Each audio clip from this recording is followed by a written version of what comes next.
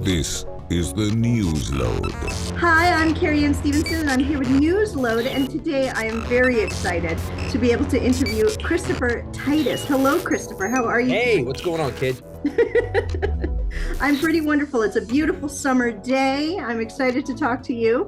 So, I guess first things first, how do you stay sane on tour? Man, I've been doing it since I was 19. I don't know anything else really. And I think there is a point like my wife's also a comedian and she can't do it like I can do it. I can do it every week. She can't. It starts to affect her health. So either I am hardier than she is or just more psychotic. Like as in fact, if I have too many weeks off, I start to go a little nuts. Yeah. I spent a big chunk of my life in crappy hotel rooms so I can make drunk people laugh. That's my entire life. You are a road warrior. You know what? I was blessed with this ability to be able to do this. I'm working on my 11th special now. I think you know whatever gift you got, you should use it. So there you go. Yeah. Do you have any special snacks on tour? Well, as I've gotten older, not really. I mean, yes, red wine. Red wine is one of my favorite snacks. It's a good snack. You know, 8AA, they call it a snack, but I call it a snack. Do you think with being in comedy for so long that you should retire jokes? Retired jokes? I always do. I always do. It's funny because I do a new special probably every 2 years at the most. Because jokes aren't like music. Like I go to see Bruce Springsteen or I go to see the Eagles to hear those hits. Comedy doesn't get hits. You better talk about something new quickly. So I'll tour a show for about 2 years and then film it and move on. I think, you know, what happened with me is that I saw an interview with George Carlin years ago and it really hit me in the gut. He started yelling at comedians because when I started comedy, I did the same act for about 6 years and it's too long. And Carlin said, he goes, you guys don't do your homework. He goes, you guys are doing the same act for 4 or 5 years. He goes, I'm doing a new hour every 18 months. And I remember it hit me like my coach was yelling at me. And so I started, it really, I told, also, no one can take it away from me. You can take a TV show away from me, the powers that be, but you can't take away me sitting down and writing a new joke. And what inspires the new jokes? Depends what it is, man. Like if you look at my specials, Norman Rockwell's Bleeding was my screwed up childhood. Dysfunctional at that time was such a bad word, and I just wanted to flip the word. Then if you go to Fifth Annual End of the World Tour, you know, we had 9/11 happen, and I wrote this whole thing about I had a baby right before 9/11. So that was the premise. Like, how do I raise this human when the entire world is on fire? Little did we know it'd be way more on fire now. And then Love is Evil was about my divorce and finding new love. So what happens is I'm always like, I keep my phone, I walk with my phone around and if something comes up, I'll start while I'm doing the current show, I'll start making a list of stuff I want to talk about. This show that I'm doing right now, I did a DNA test. My wife gave me a DNA test for Christmas, which I find aggressively suspicious. Like, why exactly? What do you need to know? Did you find some blood spatter, hon? What's like, what, are you trying to frame me for your murders now? Why did you give me a DNA test? So I wrote a bit about the DNA test and how my opinion about no one should ever give a DNA test. You're basically putting yourself on the possible suspect database. That's all you're doing by taking a DNA test. I don't want them to know my DNA. So I do a whole bit about that. So I wrote the DNA test down. Then I was noticing, do you guys have electric scooters in Canada just lying around on the streets? Not lying around on the street, but people do scoot. Okay. So in America and all these cities, for some reason, they just leave these electric scooters around that you can use and nobody uses them. And it's for the homeless, for the crazy. And so they're trying to kill us with these scooters. You know, the human skull cracks at 11 miles an hour of impact and the scooters go 22.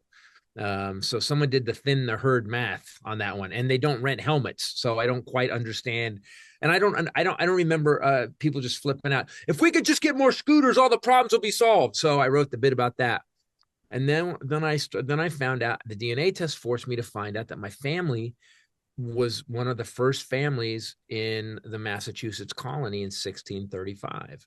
And so I had this weird thing like, okay, well, that gives me a weird right to talk about America and where we are. So I wrote this entire show about it, and then the immigrate, and I wrote it before the Trump won. Like I thought it was just going to be it would kind of be like a nostalgic. What if this guy, the idiot, would have won the presidency? Because I thought she was going to win, and then he won. In the meaning of the show went from kind of innocuous to like a weird political statement, and it's been getting standing ovation. So they're all different stuff. Born with a Defect was about raising children. Voice in My Head was about all the screw ups I've made in my life. New shows come to me. They usually, I can't even start unless I know what the beginning and the ending is. And so, but I love it. I love the process of breaking it down and building a story. Amazing, amazing. Do you find there's a difference between your specials and then working on like writing for your specials and filming them and such, but then filming on a TV series? Oh yeah, I mean, yeah, comedy's mine, 100%. TV series, it's a collaborative thing. There's like 1,000 people that are helping you. You got makeup, your hair, you got writers that are working on stuff. Like when we did the Titus show, I was the head writer, but I sat with 14 other writers. And the good news about that is that it's a really funny is a real democratic process because we would always put in the funniest joke. The fun if the joke made everybody laugh, that went in. Whereas I am the democratic process with stand up. I what this is what I'm saying, and then the audience adjusts me over the course of a year of doing material. The audience will make because the audience never lies. The audience will tell you if you're funny or not. No one's ever nice about it. They just get quiet, and then you start to grow a tumor, and then you fix that joke, and the tumor shrinks. That's how that works. And do you find the audiences are different in different cities? Used to, much more so when I started comedy. I started in 1983. I was a teenager. So at that time, America was like four different countries. There was the South, there was the Northeast, there was the Northwest, and then the Southwest. And there was a definite difference because of the internet and because the world got smaller information. It's all the same now. I mean, I used to go to the South and it was like, man, I don't even understand how you're talking, California boy. It was that bad. And now with cable TV, you got to remember it's been what, 30, 40 years. Um, yeah, it's almost 35 years, 40 years. Everything's changed we are very homogenous now. I would say, yeah, we're very homogenous, connected, we're much more connected.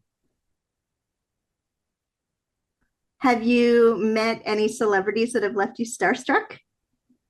Bruce Springsteen. I got to meet Bruce Springsteen. I did a bit about it, and there's a special I did Voice in My Head. The last 30 minute. It's a 30-minute bit about meeting Bruce Springsteen, and I was such a douchebag. God, I was a douchebag. But that's in Voice in My Head, and it's funny. I've met celebrities over my career. I've met a bunch of them, and Dana Carvey told me something years ago. I asked him when I started comedy. I got to work with Dana Carvey. And I asked him specifically about celebrities because I was so young. I didn't understand. I didn't know show business, but I wanted to be in show business, and I was working hard to be in show business. And I said, Dana, tell me, what do you know about celebrities? Give me some advice. And Dana said to me, he said, the people with the most talent will be the nicest people. The people that are barely holding on and know they're a fraud will be a-holes. And that I have found that to be 100% true. Bruce Springsteen, nicest guy in the world. Dana Carvey, nicest guy in the world. I'm not going to list the guys who are a-holes, but I've run into some people like, oh wow, you're not very talented. So when someone's a nice guy, I'm always like, that's a talented guy, and it's kind of taught me to fake nice a lot. How did you deal with the a-holes? I was raised by one, so I grew up in constant conflict. So if you come at me, I'm better now, but I have a very quick. I hate bullies too. I hate bullies, and most of these people are bullies. And so if I see, and whether it's bullying me or someone else, yeah, it doesn't last very long. They very quickly realize that, oh, I'm also 6'2", and I got a black belt in Taekwondo. So if you do come at me, I have enough confidence to make your life hard. I hate to be threatening like that, but that's the truth. I do with the a-holes. I told my daughter's in music, and she became a she's a songwriter. She's got to deal with Warner Brothers. And the one piece of advice I gave her is I said, hey, people are going to be jerks. I go, when they're jerks, be nice. Don't do what your dad did, because your dad pissed off some peripheral people while getting involved with the bullies. And she's nice now. She's much more diplomatic than me. I'm better now. I'm so much better now. Lesson learned, eh? Yes, right.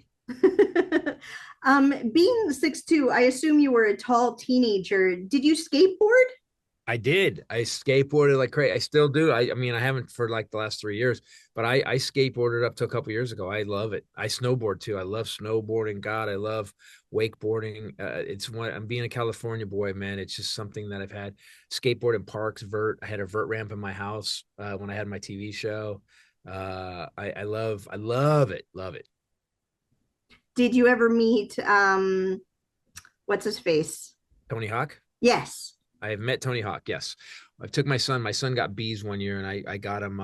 He got a week at Woodward, and we were there hanging out. And I went to see him, and Tony Hawk happened to be there. And my son was 8 or maybe 8 or 9 at the time, and he was freaked out. And I walked over. I said, Tony, it's my son, I guess. And Tony Hawk was following me on Instagram at the time, and he was so nice to my kid, because Tony Hawk's actually talented. He's really talented. Yeah, it's really cool. Nice guy. That's so cool. That's so cool. Do you find being tall with your, like sense of gravity, was it difficult to learn? Do you have to like crouch more? I think your body type is whatever your body type is. I think everybody has the same balance issues. So I think I've been very lucky because of wakeboarding. I've been water skiing since I was a little kid. I think I just have that skill, I just, for whatever reason, because it's about motorcycle. I was riding motorcycles last night. I just bought a new motorcycle, and a friend of mine, he's 54, and he goes, I think I'm going to take a motorcycle ride. And I'm like, not at 54. You're not. You're going to die is what's going to happen. Yeah, there's a reason why you got to take it easy when you're older. Your bones don't heal as quick. Right. Right. Have you had any crazy fans? I don't, it's so funny because my fans have had crazy lives, but they're not crazy. I think the one thing, if you watch my special, Norman Rockwell's Bleeding, it's all about my mom in a mental hospital and my dad's abuse, and the girlfriend used to punch me in the face, and my wife cheating on me, my first wife cheating on me. And it's about and those people who have been through that kind of trauma come to me, and they're like, hey man, I have thousands of letters. Like, I didn't realize I was normal. I thought I was screwed up, and I thought I was a loser. And then I watched your TV show and your comedy, and I realized, oh, I'm okay, which is great. That my life is so weird and dysfunctional that people are like, oh, I feel better because at least I'm not Titus.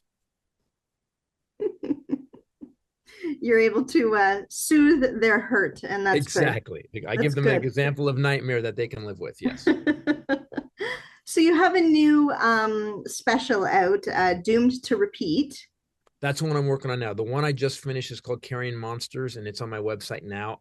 It's also going to be released next December by 800 Pound Gorilla. So that's another 90-minute special. That one's personal. That's about my life. Those are the worst stories. I used to go to bars with my mom when I was 4. I mean, I didn't go with her. She took me. I wasn't like, yo, mom, I'm 4. Can we get to the bar now? I got to get my drink on.